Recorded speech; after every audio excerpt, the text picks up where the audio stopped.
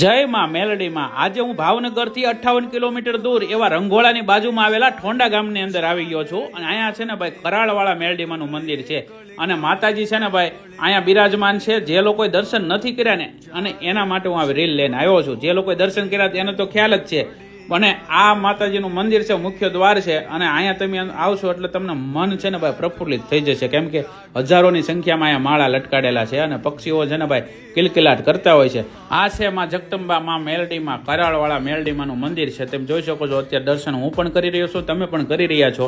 જે લોકોએ અહીંયા આવીને દર્શન કર્યા છે અને માતાજીના અહીંયા તાવોના પ્રસાદ લીધો છે એને તો ખ્યાલ જ છે। અહીંયા હજારોની સંખ્યામાં લોકો આવે છે। શનિવાર હોય રવિવાર હોય તો ભાઈ પગ મેકવાની જગ્યા ન હોય એટલા માતાજીના દર્શન કરવા લોકો આવતા હોય છે।